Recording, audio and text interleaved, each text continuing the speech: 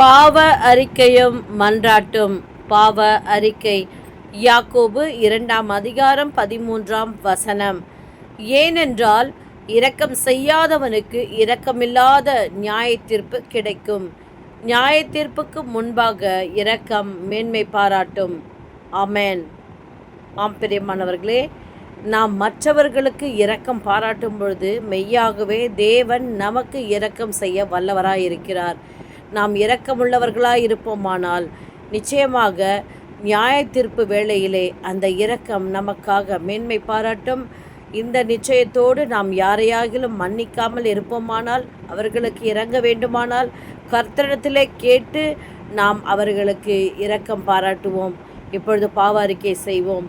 ஸ்தோத்திர ஆண்டவரே, ஸ்தோத்திர தகப்பனே, அம்மா ஆண்டவரே, அப்பா அப்படி வேதத்தில் சொல்லப்பட்டபடி நாங்கள் எந்தெந்த இடத்துலெல்லாம் கடினத்தன்மையாய் நடத்து கொண்டோமோ, யார் யாருக்கெல்லாம் நாங்கள் இன்னும் இரக்கம் செய்யாமல் இருக்கிறோமோ, மன்னிக்காமல் இருக்கிறோமோ, தேவனே இப்பொழுது ஆண்டவரே அவைகளை எங்களுக்கு நினைப்பூட்டுங்கப்பா.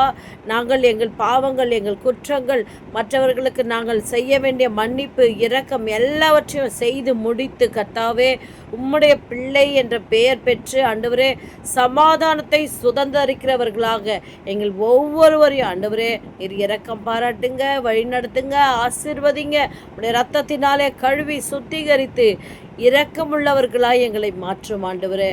எங்கள் இருதயத்தை நீர் எடுத்து பயன்படுத்துங்கப்பா. இயேசுவின் நாமத்தில் பிதாவே.